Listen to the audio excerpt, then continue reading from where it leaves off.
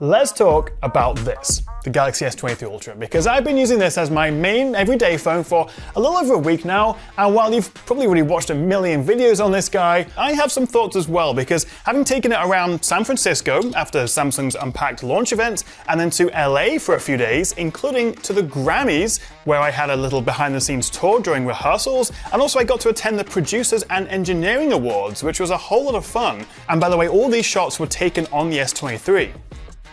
So after taking about a billion photos, playing some games, running some benchmarks, and keeping an eye on the battery life, what do I think so far? Well, it's really good. I mean, you'd hope so, right? For £1,250. It is an awful lot of money, although technically they haven't increased the price compared to last year. This is the S22 Ultra, here's one I made earlier, and what they've done is dropped the cheaper 128 gig storage option, so now it starts at 256, although same 8 gigs of RAM, albeit faster LPDDR5X RAM and also faster UFS 4 storage, but for the same £1,250 price as last year's 256 gig model. And actually, Samsung do have some deals on the S23 right now, including doubling your storage for free, and I'll leave a link below if you do want to check that out. Compared to the iPhone 14 Pro Max, for the same storage, 256 gigs, this is actually £70 cheaper. So on the one hand, yes, they haven't increased the price, but it's a higher starting point, and it is a lot of money, and there's a lot of strong competition to this. The iPhone 14 Pro Max, and also the new Vivo X90 Pro,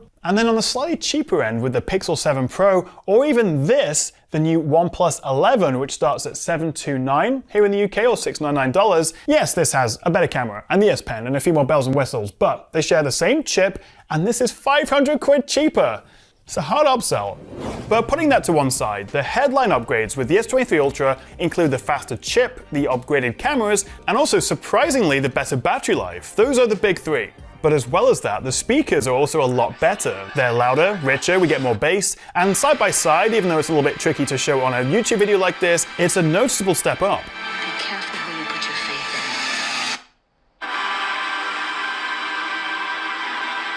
Less obvious, but an upgrade nonetheless, is Gorilla Glass 2 now protecting the front and back, which is a little bit more scratch and fracture resistant than Victus Plus that we had before. They've also reduced the size of the curve on the edge of the screen by 30%, so more of the screen is flat. And they've slightly tweaked the design. The corners are a little bit less rounded than before, and it does feel a bit more boxy to hold versus even last year's S22 Ultra, and they've shifted the layout of the buttons a little bit, so yes, you do have to buy a new case. 1,250 quid and you don't even get a charger or a case. They really know how to squeeze you for every penny. From the outside, not much has changed, but don't let that fool you. This is a big upgrade. Let's talk about this chip, the Snapdragon 8 Gen 2. And the good news, as you probably know by now, is that all S23 models around the world get the 8 Gen 2. There is no more Snapdragon versus Exynos, which is a bit of a shame because I used to enjoy making those videos. But it is good news because for years I've been banging on about how here in the UK and other parts of the world, with the Exynos, we've basically been getting the inferior version of the phone. Now everywhere, 8 Gen 2. And actually not just any 8 Gen 2, 8 Gen 2 for Galaxy. They've boosted the CPU clock speed, we get some Snapdragon Sight AI camera upgrades and a few other things. But most importantly, it's a lot faster. one in the squad. And to demonstrate that, here are two S22 Ultras, one with the Exynos and one with the Snapdragon.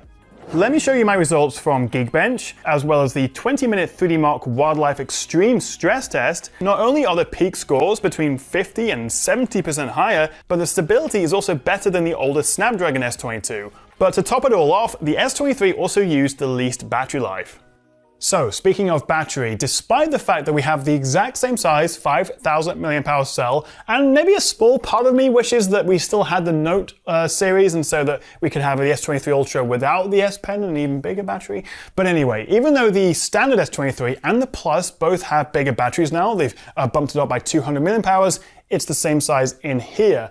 But thanks to the more efficient Snapdragon 8 Gen 2 chip, and also the screen, because we have LTPO3 now, so the dynamic refresh rate is even more efficient, it's a bit faster, and actually even the materials they use for the screen helps to preserve battery. It all adds up to make this last a decent amount longer. After 5 hours of moderate use in YouTube, social media apps, bit of gaming and shooting some 4K video, the S23 had 60% of its battery left versus 55 and 52% on the S22s. So it's not a night and day difference, but you're looking at roughly an extra hour of battery. As my friend Dick the Coconut would say, coffee, check, cheers. Can I show you the best thing ever? It's called Scribe, and they're very kindly sponsoring this video, but honestly, I'd have done this for free because it's so friggin' useful.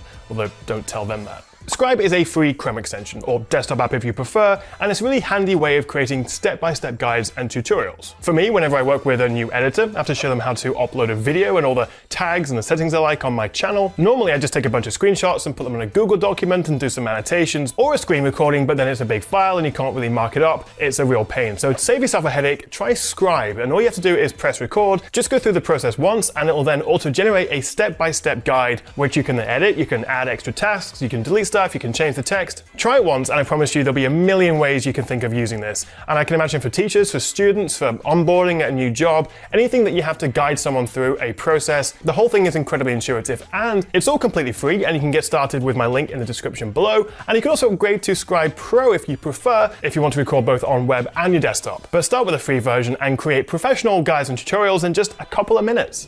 So it's faster, it lasts longer, but what about the camera? Does the 200 megapixels and the new sensor and the better processing really live up to the hype? Because it's a similar quad lens setup, although now we do get a 200 megapixel main camera with the upgraded ISOCELL HP2 sensor, which yes is superior to the HP3, confusingly, that Samsung make. Then there's the 12 megapixel ultra wide, where not a whole lot has changed, although it still doubles as the macro, which now has a shorter focal length, so you can get even closer to your subject. And then we have the two 10 megapixel telephoto lenses. And on paper, the specs are very similar to before, although Samsung tell me they have upgraded the hardware.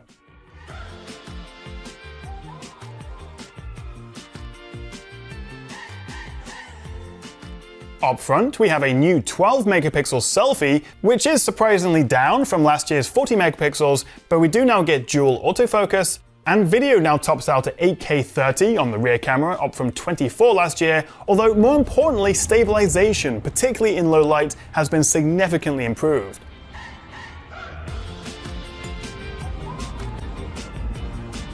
The fantastic Expert RAW app has also been updated, and you can now access it within the More tab within the camera rather than having to open a separate app. And they've also bumped the RAW resolution up to 50 megapixels from 12. And while the S22 also had an astrophotography mode, which is basically just a long multiple exposure shot, they've added a new sky guide, which superimposes a star map over what you're looking at, which is quite cool. But now let's bring in the S22 Ultra, because I want to show you some side-by-sides.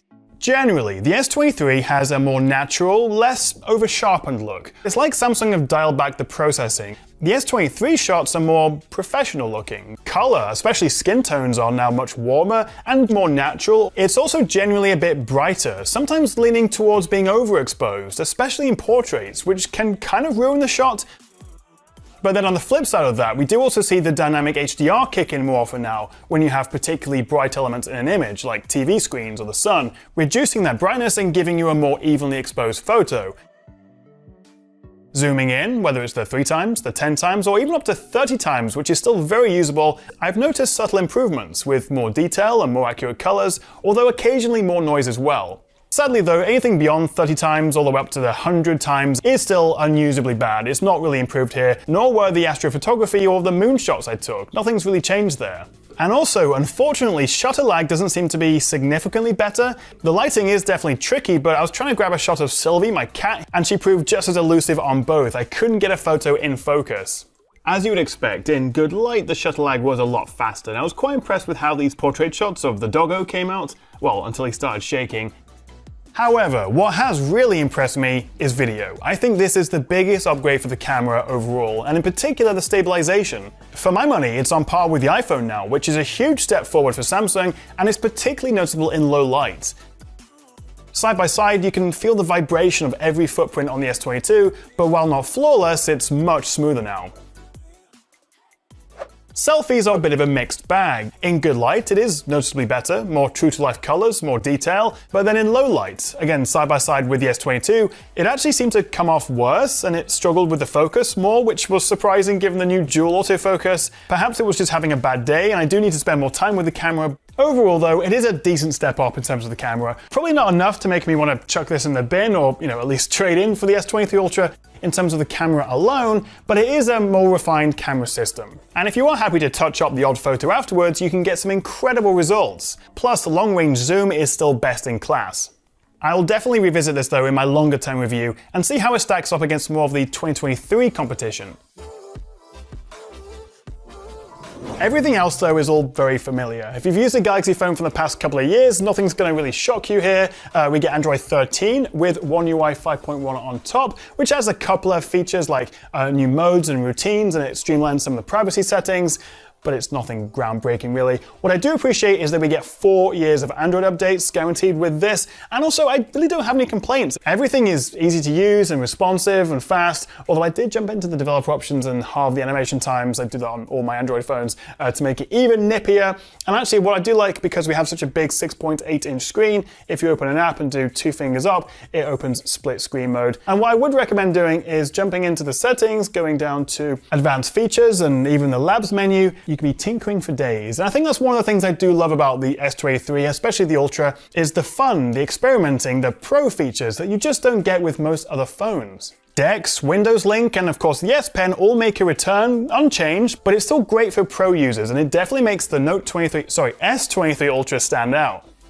It's funny, we're like 10 minutes into this video and I've barely even mentioned this thing, the display. It's not really changed outside of the material on the LTPO3 tech. It's the same 6.8-inch 120Hz Quad HD screen, and it's still absolutely gorgeous.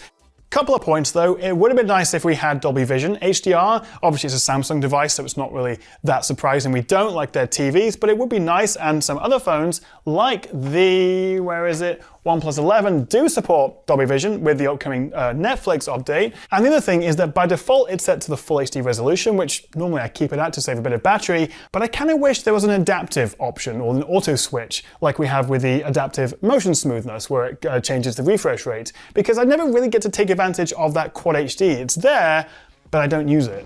So to wrap up, and as I concluded in my dissertation at university, more research is needed. Which does sound like a bit of a cop-out, but really I've only had just over a week with this, and I am working on some big battery and camera comparisons with its rivals, and also we haven't had any updates for this yet, so I'm going to come back for a longer term review soon. But for now, I am very impressed with the S23 Ultra. It is a lot of money, and I think maybe the S23 Plus or the Pixel 7 Pro or the OnePlus 11 may be better value choices, but if you want the biggest and just the most versatile phone in the world, this is it. But what do you reckon? You gonna upgrade? Have you already bought one? Let me know what you make of the S23 Ultra in the comments below. I'll also leave my affiliate link below for Samsung if you want to check this out and get that pre-order upgrade. Thank you so much for watching, and I'll see you next time right here on the Tech Chat.